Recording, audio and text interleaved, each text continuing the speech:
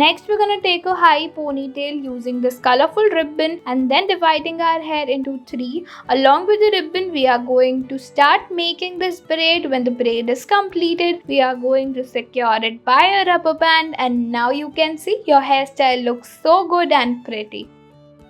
Hello everyone, we are going to divide our hair into 2 from the top, making these ponytails like this and adding this flower thread, joining it with the hair, and now we are going to make a braid like this, repeating the same with the other side as well and joining them together at the back.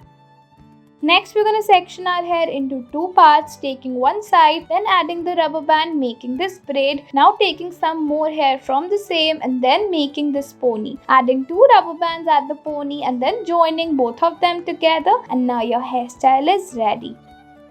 Next, we're going to take a high ponytail and adding these 2 threads like this, which has some beautiful flowers. Now along with these, we are going to make 2 braids and now securing them with the rubber band, and they are ready. Next, we are going to take 4 ponies, 2 at the sides and 2 at the bottom, joining them together, and then we're gonna take one side ponytail, then making this braid by dividing it into 3. Once your braid is completed, we're gonna fold it into a bun and your hairstyle is ready.